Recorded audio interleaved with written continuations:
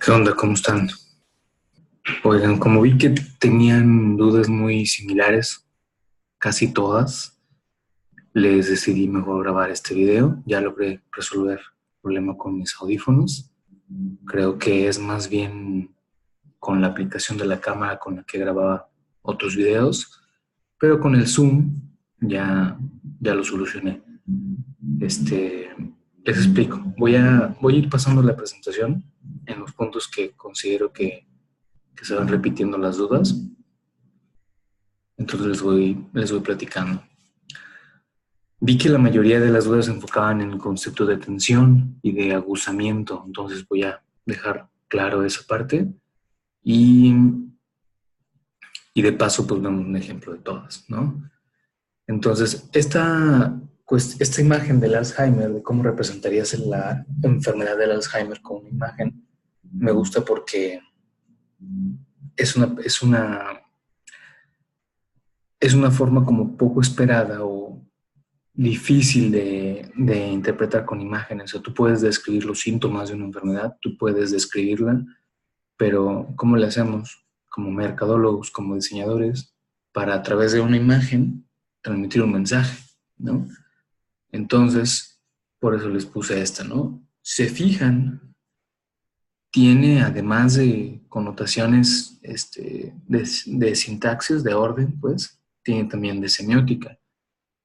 ¿A qué se refiere este símbolo que está ahí en la imagen? Pues generalmente cuando una imagen no nos carga en el navegador web, se pone una crucita o un elemento que te indica que no hay red disponible para actualizar esa imagen, ¿no? Entonces, aprovechando pues sí, como el contexto que tiene, el significado que tiene eso, lo extrapolamos a otro contexto en donde pudiera dar a entender un significado similar, ¿no? Entonces es esto. De repente vemos a la familia y en lugar de ver su cara, pues vemos un cuadro donde se supone que debería ir la imagen de su rostro y pues simplemente nuestra cabeza, nuestra mente no nos da para más. O sea, no, qué feo sería que de repente no te acordaras o que tu memoria que no hubiera red suficiente, memoria suficiente para que pudieras ver esa cara, ¿no? Entonces, por eso me gusta mucho ese ejemplo y como relacionar un poquito el tema con algo más práctico. Este es me gusta abrir el tema con una pues, pregunta: ¿cómo controlar un sistema visual para que el significado sea el esperado? Ustedes tienen el control del uso de las imágenes que quieren para transmitir lo que ustedes desean. Entonces, si nos ponemos estrictos en el sentido de las palabras, la sintaxis en el lenguaje ordena las palabras para que se comprendan de cierto modo, ¿verdad? Entonces, la sintaxis se podría definir como el orden. Si en el lenguaje ordena palabras, pues en la imagen ordena las partes que integran esas imágenes y el proceso de percepción humana. Entonces, eso lo podemos entender a grandes rasgos como sintaxis. Ahora, les puse ahí un ejemplo de una relación figura-fondo, porque a este punto es muy importante que ustedes vayan dominando lenguaje un poco más técnico y de diseño, como, no sé, por ejemplo, esta es una figura de relación figura-fondo, de la buena forma, que tiene cerramiento, incluso también, que tiene este contraste, tiene semejanza. Entonces es bueno que ya vayan empleando o aplicando los conceptos que vimos en el tema anterior de las leyes de la percepción. ¿Sale? Por eso lo pongo aquí para que ustedes analicen pues qué propiedades o qué leyes se aprecian ahí. ¿Qué elementos tiene cualquier composición visual? Esto me recuerda el video que van a grabar para el lunes. Debe de tener este tipo de uso del lenguaje. No me gustaría que su video estuviera nada más compuesto por adjetivos como, pues está bonito y está padre y me gustó. O sea, no, realmente, ¿qué elementos de la composición visual y de las leyes de la percepción tiene? ¿No? Y que se refieran a ellos con la propiedad y con profesionalismo, ¿va? Entonces, si hablamos de elementos de la composición visual, pues nos vamos a topar con todos estos: colores, contornos, texturas, tonos, proporciones e imágenes. No vamos a definir todavía cada uno, o algunos creo que se entienden por sí solos. Habría que ver a qué se refiere con contornos, qué tipo de texturas, ya que son texturas meramente eh, visuales. Eh, Tonos, pues los tonos en los que puede variar un color, las proporciones. Proporciones e imágenes tienen muchísimo que ver con la retícula. Por eso fue de lo primero que vimos. De hecho, los conceptos que no quedaron muy claros también tienen que ver con la retícula. Por eso era tan importante lo de la retícula y lo de la matriz, pues, en la que ustedes trazaron la propuesta de su imagen corporativa. Entonces, el primer punto para armar una buena composición con elementos sintácticos, o sea, los fundamentos sintácticos aquí le llaman alfabetidad visual, perdón, sería el equilibrio, que yo creo que es el más claro de todos, la tensión, la nivelación y el aguzamiento, la preferencia por el ángulo inferior izquierdo, la atracción y agrupamiento y el positivo y negativo.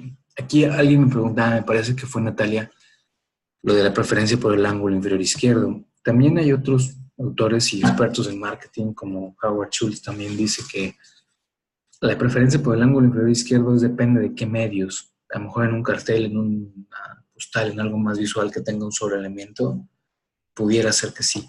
Pero en una revista, por ejemplo, la parte más cara para publicidad es la hoja del lado derecho. Entonces, aquí no aplica este fundamento sintáctico. Pero es eso, es como fundamentado en la psicología o en la sintaxis en este caso, nuestros ojos, a nuestra atención, hacia qué punto de manera natural presta más atención. Entonces, a eso se refiere con la preferencia por el ángulo inferior izquierdo. Aquellos elementos que ustedes quieran dar énfasis o que quieran que resalten en una composición, se recomienda que los sitúen en esta ubicación. ¿Sale? A eso se refiere lo del ángulo inferior izquierdo. Entonces, el equilibrio. Pues el equilibrio se refiere a esta, aquí lo definen como la noción mínima de referencia de cualquier composición visual. Y el equilibrio te refleja firmeza y seguridad. Eso es a lo que te refiere el equilibrio. Ahora, ¿qué es lo que hace un elemento inestable? Pues que los elementos, no sé si se ve aquí mi mouse cómo hace esto, pero que los elementos no rompan con ese orden, ¿no? Que las formas pesadas, como estos dos cuadros, estos dos rectángulos que están aquí sosteniendo la A, se vean perfectamente alineados, paralelos a la base. Y esas formas te dan un sentimiento de firmeza, ¿cierto? Ahora, no me malinterpreten. Si esta parte de equilibrio estuviera mucho más pequeña y estuviera situado en uno de los extremos de la hoja, o solamente en la mitad de todo este cuadro de aquí, seguiría teniendo equilibrio, porque todo el color blanco que está aquí, todo este rectángulo blanco que quedaría, si este elemento fuera mucho más chiquito, también tendría un equilibrio visual. ¿Sí me explico? ¿Por qué? Pues porque es un elemento chiquito, cargado hacia un lado, pero como todo lo demás es blanco, genera como el mismo peso visual. O sea, la misma atención que le pongo a las letras en negro, en chiquito, del lado inferior izquierdo, también, o sea, tiene la misma atención que le pongo a todo el espacio en blanco que haya a su alrededor. Entonces, uno se complementa con el otro. Tiene que ver mucho con el concepto que vamos a ver ahorita más adelante. Ahora, el equilibrio y la inestabilidad tienen como esta peculiaridad de ser dicotómicos, ¿no? Ser lo opuesto del otro. Aquí, si bien vemos este elemento muy bien situado con esos dos elementos firmes, todas las líneas son paralelas, Y el elemento más inestable, que es el círculo, porque pues, si esto fuera una cuestión física, o sea, si esto estuviera hecho en la realidad, y este fuera un botón o una pelota o lo que sea, pues no podríamos mantenerlo estable, tendríamos que pegarlo con algo, fijarlo con algo para que no se moviera. ¿Qué es lo que lo diferencia de la imagen de la derecha, que es la de la inestabilidad? Además de que el círculo es una figura muy inestable, visto desde ese modo, porque pues haría como todo esto, o sea, no se puede estar como quieta. Todavía, aunado a eso, le ponen arriba más elementos como para enfatizar la inestabilidad que tiene. Entonces, no es que sea malo o bueno. Si tú quieres reflejar estabilidad o equilibrio en tu idea de publicidad, usa el ejemplo de la izquierda. Si quieres reflejar una sensación de inestabilidad, usa la idea de la derecha. Entonces aquí no hay buenos ni malos. Simplemente es qué te sirve para expresar lo que tú quieres. Ese es otro ejemplo de equilibrio. Estos tomates rojos en un fondo rojo. No hay mucho contraste. También la imagen no es muy buena. Pero fíjense cómo tú podrías erigir una casa arriba de estos tomates. ¿Por qué? Pues porque la forma, la sensación de estabilidad, estos grupos, este grupo de 5 círculos, genera como una masa en la parte de abajo. Y si lo viéramos de manera abstracta, podríamos encerrarlo en un rectángulo perfectamente bien delimitado y arriba podríamos comenzar a construir elementos. Entonces, es por eso que todos estos elementos están equilibrados, todos son iguales, tienen el mismo peso, tienen el mismo tamaño, la misma proporción, el mismo color. Eso es bien importante, el color también. Aquí vemos otro ejemplo de equilibrio. Fíjense muy bien, es lo que les decía hace rato. Aunque este rectángulo esté rotado en su eje y se vea chueco, así, el mismo color blanco que lo rodea se complementa con el color blanco que le da forma a estas esferas en su interior. Aparte que tiene otra cosa, tiene dirección. Fíjense cómo todas las esferas de color blanco están orientadas hacia este pico de aquí, que sin duda también denota como una flecha. Entonces también eso nos indica dirección. Entonces aquí el equilibrio está sentado en este punto y a pesar de que es una figura que está chueca, se ve equilibrada porque la misma cantidad de blanco y de negro juegan como con ese contraste. Es decir, no predomina más uno sobre otro, no hay más blanco que negro. El negro, al ser un color mucho más fuerte, más agresivo, puede ser más poquito y el blanco puede ser mucho y no abrumar al color negro. ¿Sí me explico? O sea, como el negro tiene ahorita aquí el contraste sobre el blanco, porque es todo un fondo blanco con elementos en color blanco, es por eso que se ve como el elemento más pequeño, pero aunque sea más pequeño, aunque haya menor cantidad de color negro aparentemente, no se ve fuera de proporción, no se ve desequilibrado. ¿Sí me explico? Ahorita doy un ejemplo de esto. Acuérdenme de hablarles de dominante, subordinado, de dominante, subdominante y subordinado. ¿Sale? Bueno, no me pueden acordar, pero yo me acuerdo. La atención. Aquí llegamos al punto interesante de todo esto, donde estaban las dudas centradas. Esta imagen me gusta porque representa la atención en toda su expresión. Vamos a definirla. Cuando una forma es irregular y es difícil asignar un equilibrio a partir de los ejes vertical y horizontal. Refleja falta de equilibrio y desorientación. Este triángulo no lo podemos orientar ni de manera vertical ni horizontal. Su forma es un tanto irregular. ¿Cómo le haríamos para ordenarla? ¿Cómo le haríamos para poner equilibrio y orientarle esa imagen? Acabamos de ver equilibrio. ¿Cómo le haríamos para equilibrar ese triángulo verde? ¿No se les hace que si pudiéramos agarraríamos el triángulo con la mano y lo giraríamos para que o tocara el piso o fuera paralelo a la línea vertical que es punteada? Eso es la atención. La necesidad o la sensación que te dan los elementos de que acomodarlo. Es como esta imagen en donde está una alcantarilla en una calle y no corresponde con las líneas del pavimento. ¿Sí? o cuando uno de los mosaicos del piso o de la duela no corresponde al patrón que llevan todos los demás. Esos elementos que te hacen así como enojar o sentir frustración de por qué no lo acomodan bien, o como cuando un cuadro está hecho con una pared y tú quieres enderezarlo, eso es la tensión. Eso es tensión. Y es un elemento sintáctico que también se puede usar para generar esa sensación. Este fue una imagen muy polémica, lo de Coca-Cola y lo de las fichas. Aquí estas fichas buscan también representar como la idea de burbujas, ¿no? Como de gas. Y por ahí creo que fue Karina quien hizo muy bien en trazar sobre esos elementos una imagen, una línea imaginaria. Se fijan, estos son como flechas que van hacia acá. Aquí hay como una línea, aquí hay otra y aquí hay otra. Entonces eso te da como una cierta dirección, va guiando tu ojo a leer el mensaje que está aquí en medio. Pero aquí la tensión se da porque el desorden de estos elementos te hace querer como acomodarlos, como encontrarle una forma. Por eso tiene tensión este elemento.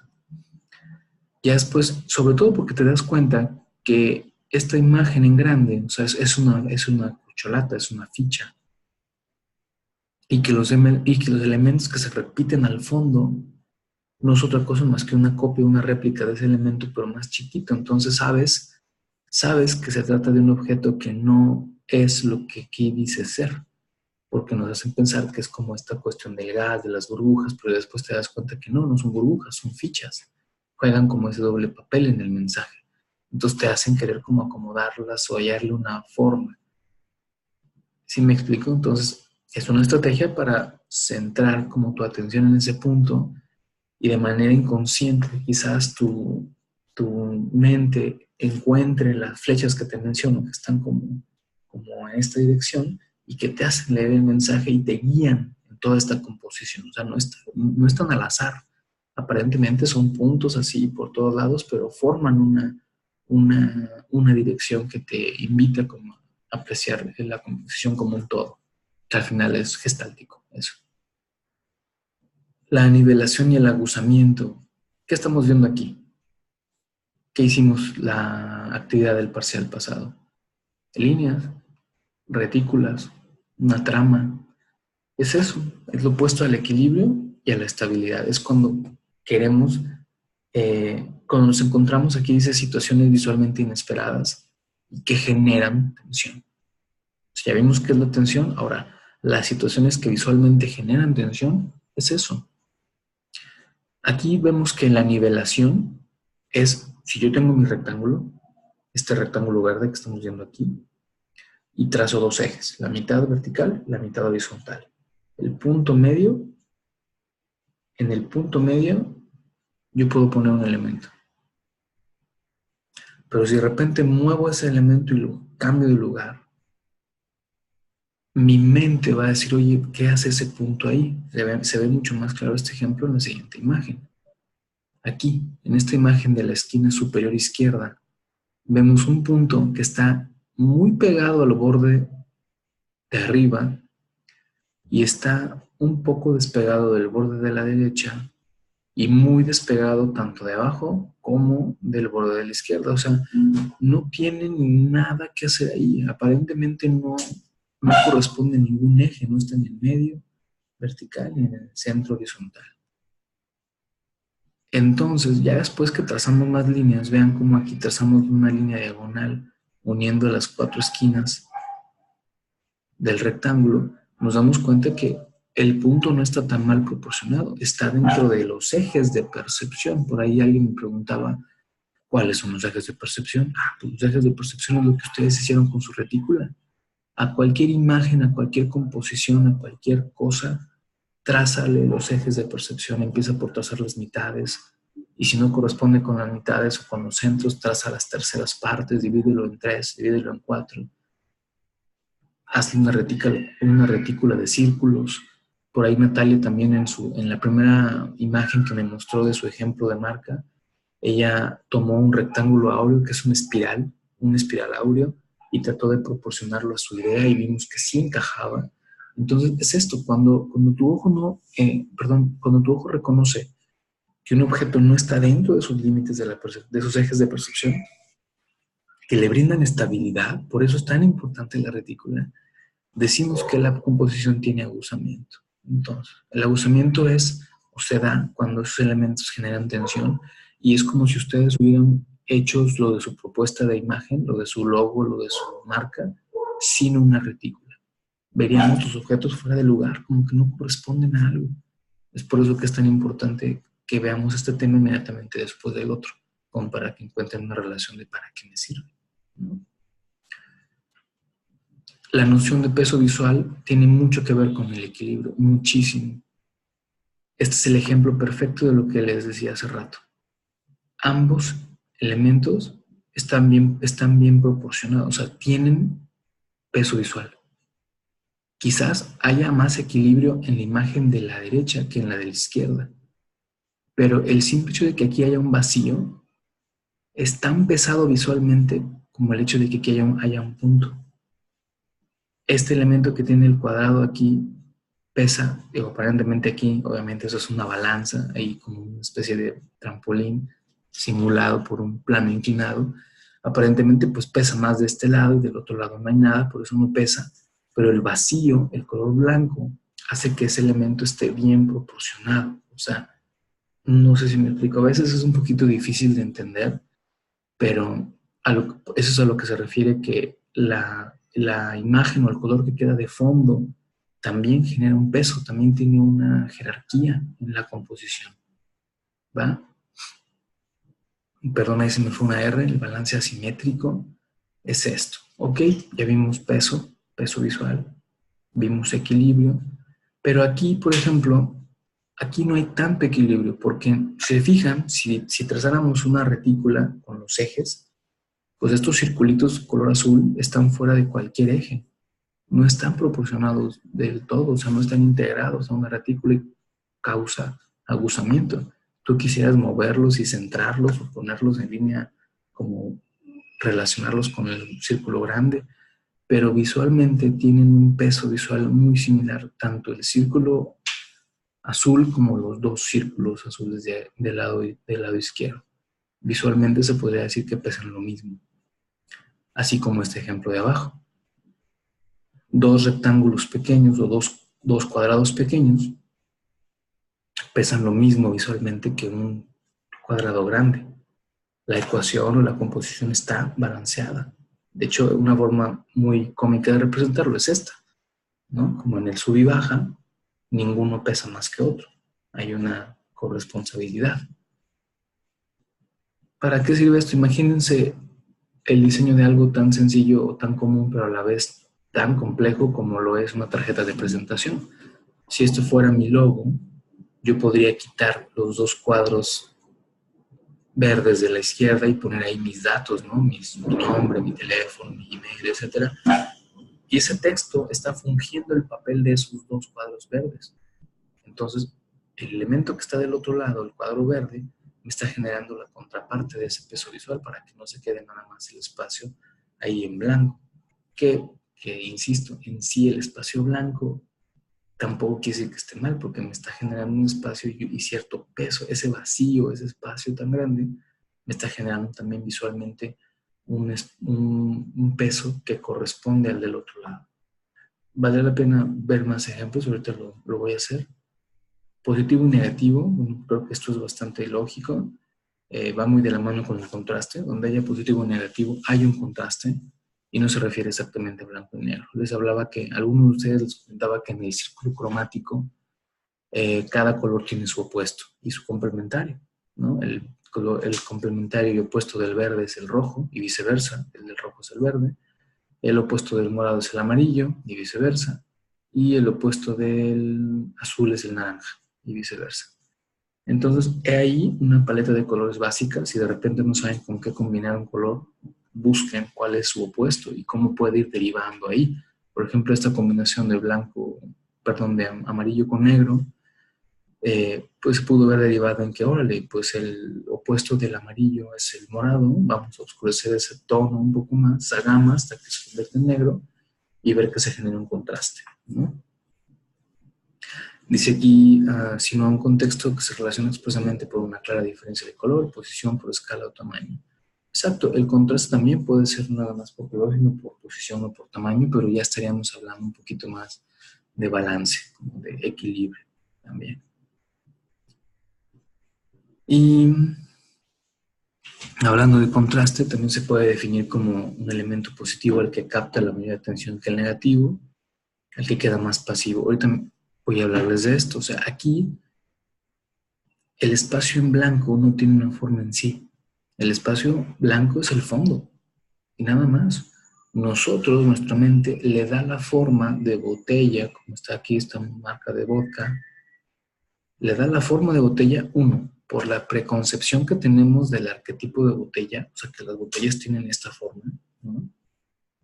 Pero realmente la forma la está dando el arbusto, o sea, los arbustos que tienen ese hueco y el espacio entre ellos, que vamos a llamarle espacio negativo, forma una botella. Entonces queda como pasivo, ¿sí me explico? O sea, no es que yo vaya a dibujar la botella y luego veo cómo encaja, no, no, no. O sea, el fondo lo pongo hacia atrás, o sea, lo pongo de fondo, el color de fondo, y lo que esté en la parte de adelante es lo que me va a dar esa relación figura-fondo. Justo este ejemplo es una relación figura-fondo, y ya lo vimos en la Gestalt. Entonces aquí el espacio en blanco o espacio negativo es el espacio que hay entre los elementos de diseño, puede ser el espacio que hay entre gráficos, imágenes, márgenes, espacio y entre columnas y líneas. Este fue un elemento muy confuso, quizás porque la imagen no se entiende bien, que es esta. El espacio blanco es un elemento de suma importancia en el diseño y debe ser considerado como un elemento activo y no como un pasivo en este caso. ¿Por qué es activo? Todo el ejemplo es este párrafo. Imagínense que ustedes están leyendo esto en una página web. Aquí dice our capabilities, y luego dice we plan, create and grow digital products, bla, bla, bla. Pero lo que no estamos contemplando es que este espacio en blanco de aquí, todo este elemento de aquí, está generando el hecho de que esta información esté contenida de este lado. Está generando como un espacio para que tenga la atención adecuada. Si esto lo hubiéramos escrito o lo hubieran escrito abajo de esto, pues tendríamos como un texto muy amontonado en una sola columna. Esto es diseño editorial. Ese espacio en blanco está a propósito dejado de ese lado para generar aire, así se le llama, en fotografía se le llama también, déjale aire a la foto, déjale espacio a la foto para armar esos elementos de composición. Quizás Diego, que toma foto, haya escuchado el concepto antes, ¿no? No puedes tomar una foto y que la persona a la que estás tomando foto quede súper pegada a la esquina del lado derecho, o que le cortes la cabeza, ¿no? O que se le vean los pies más que... Es decir, tienes que centrar la composición. Un fotógrafo por eso tiene tanta habilidad en ese tipo de temas y por eso es importante que lo sepa, porque no cualquiera puede tomar fotos. Tú tienes que tener el ojo crítico y la capacidad para en un segundo, o sea, en el tiempo que te toma levantar la cámara y apuntar, justo en ese tiempo, en ese periodo, en ese lapso de tiempo que son segundos o menos, en lo que enfocas y en lo que aprietas el obturador, en ese momento tú armas una composición. Entonces, por eso tiene muchísima ciencia, porque tú tienes que considerar el equilibrio, el aguzamiento, el peso visual, el contraste, la luz, en fin, es muchísimos aspectos. Vale la pena que lo debatiéramos, que lo habláramos en clase y que a lo mejor Diego nos pudiera comentar un poquito de esto. Si algo interesante, y eso me va a hablar de si vieron este video o no, les valgo esto, en lugar de que cada quien me hable de un ejemplo, grábense en clase, hable cada quien de un ejemplo. Que Diego nos hable un poquito de la fotografía, que a lo mejor también Luis Enrique, que ha hecho también como cosas de marca y lo de sus tenis y lo que está haciendo, cómo él acomoda, qué criterios usa con base en esto para situar las imágenes, para armar las composiciones, en fin, cada quien desde su área de expertise, desde lo que hace en su día a día, debe haber alguna forma en la que logremos aterrizar estas ideas, ¿sale? Y bueno, por último, dice aquí, el espacio negativo es el responsable de la legibilidad, desempeña un papel importante en el diseño visual y posicionamiento de una marca. Y el peso visual, ¿no? El peso visual también ya hablábamos, ahorita hablábamos de equilibrio. Este es simplemente un mero ejemplo de este contraste, de cómo los elementos sobre fondo claro parecen contraerse, parecen hacerse más pequeños. Y los elementos sobre un fondo oscuro parecieran expandirse, hacerse más grandes.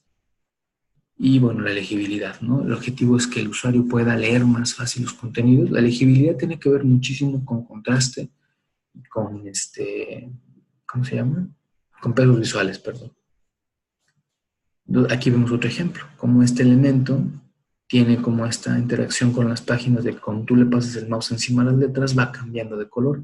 Ese cambio de color, ese cambio de contraste te hace suponer que donde tú pases el mouse, pues eso va cobrando más relevancia para que al final cuando tú elijas qué opción seleccionar, sepas cuál es la que estás decidiendo, ¿no? Cuál es la que elegiste. Dice aquí, para los diseñadores el espacio en blanco debería ser tan importante como el contenido. Sí, vuelvo a lo mismo, tiene mucho que ver con eso, ¿no? O sea, este espacio en blanco de acá, el espacio en blanco de aquí, no estamos viendo este texto pegado aquí a la orilla, o sea, tenemos que dejarle un espacio para que esto tenga cierto nivel de atención, que tenga cierto, ¿cómo decirlo? Pues sí, protagonismo en la composición, ¿no? Eso es a lo que se refiere el priorizar. Como estos elementos con fondo blanco, pues son fáciles de manipular porque cualquier objeto, cualquier elemento que pongamos arriba de ese fondo blanco, con la interacción correcta, con el cambio de colores, pues nos va a dar como esa importancia, ¿no? Y por último dice aquí dirigir. Los espacios en blanco pueden favorecer la atención que tendrán los elementos y puede dirigir al ojo humano de una manera efectiva de un lado a otro. ¿Cuál es el chiste aquí?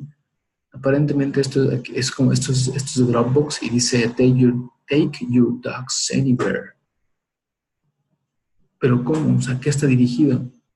Si se fijan, incluso hasta las mismas líneas de este dibujo tienen como movimiento, están inclinadas hacia un lado, ¿no?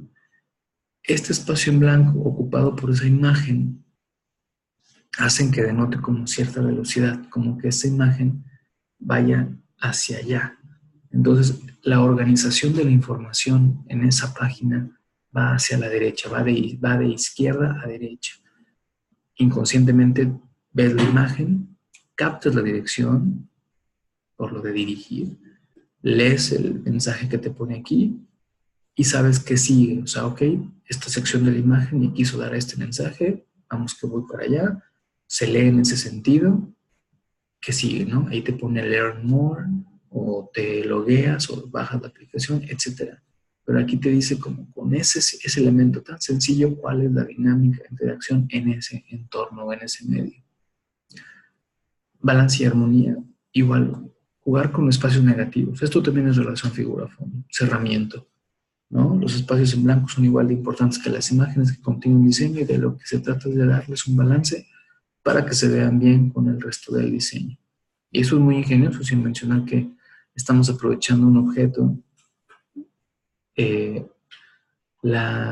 como la semiótica o la iconografía de ese objeto. O sea, reconocemos un foco por elementos icónicos muy representativos. Tú podrías dibujar una curva con un par de rayitas abajo y eso, por los elementos que integran el foco, tú ya sabes que se trata de ese objeto.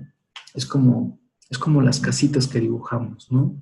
Las casitas que dibujamos desde que éramos niños son así. Tú sabes que una casa tiene esto y está impuesto por la costumbre de dibujar casas así. Desde que éramos niños, ¿no? Le dibujábamos ya sea la ventana aquí o aquí arriba y hay quienes le agregábamos incluso una especie de profundidad, como si se tratara de un granero. Ahora, en México no hay casas así. Están impuestas por los ejemplos que veíamos en las caricaturas, en toda la influencia que tenemos por parte de Estados Unidos, etcétera, pero en México casi no hay casas así. ¿Por qué? Porque no neva y no necesitamos techos de dos aguas con canaletas o con captadores pluviales. Bueno, probablemente sí lo necesitemos, pero no es como una cuestión como contextual. O sea, no son casas que hay en nuestro país. En nuestro país pues pueden tener la forma que sea menos esta, ¿no? O sea, excepciones a la regla contadas. Pero bueno. Y bueno, vemos ahí algunos ejemplos de esa relación figura-fondo y de las leyes o de estas, sí, como elementos sintácticos ahí fusionados. Entonces, espero que con esta explicación hayan quedado algunos elementos más claros. No pretendo hacer esto más largo, no me dice aquí cuánto llevo de tiempo, pero eh, échenle un ojo al video y si tienen alguna duda, regrésense. Y si de plano todavía quedó alguna duda, por favor, ya de manera más puntual, ya no había falta que lo subieran al foro como duda. El foro era más bien nada más como para comprobar que habían leído esto. Si no tuvieron duda, les agradecería que cuando me hubieran dicho, sabes que ya lo leí, no tengo duda y punto, ¿no? Pero eso sí, yo espero que si no tuviste duda, en el video que hagas, pues quede todo perfectamente bien explicado. Piensen lo que les propongo. Si no quieren hacer un video individual o ven que es mucho más factible, igual hacer el trabajo en equipo entre todos y debatir entre todos sus puntos de vista, estaría padrísimo. Yo les sugiero que haya un moderador, si hacen eso, o sea, alguien que dé la palabra y que diga a quién le toca decir qué, o que cada quien se divida uno de los temas que vimos, que cada quien dé un ejemplo. ¿Vale? Estaría padre así, o bien que cada quien dé un ejemplo de que englobe todos los elementos, ¿sale? En fin, o sea, ustedes deciden, ¿sale? El lunes, avísenme qué es lo que va a pasar en clase. Yo voy a estar seguramente también metido en mis actividades, pero háganmelo saber tan pronto lo decidan y tienen pues tienen la hora de la clase para grabar esto, para llegar a un consenso y que me hagan ese video.